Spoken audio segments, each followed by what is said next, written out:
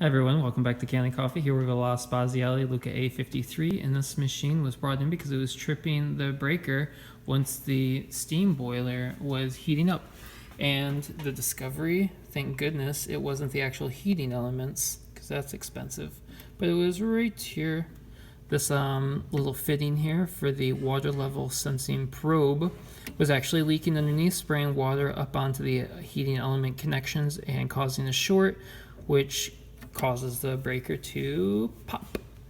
But we replaced it, and let's see, we put a new gasket on there and everything. So, and you can see this thing has been on for a couple hours and there are no leaks to speak of.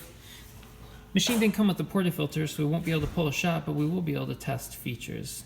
So we'll just act like we're pulling a shot here. Looking good. Some hot water. Steam. Good pressure in the steam boiler. And yes, no leaks. Holding up well. You can hear the pump kicking back on. The water level sensing probe is functioning as it should. But there we go. La Spaziale functioning once again. Thanks for tuning in, and please like our videos.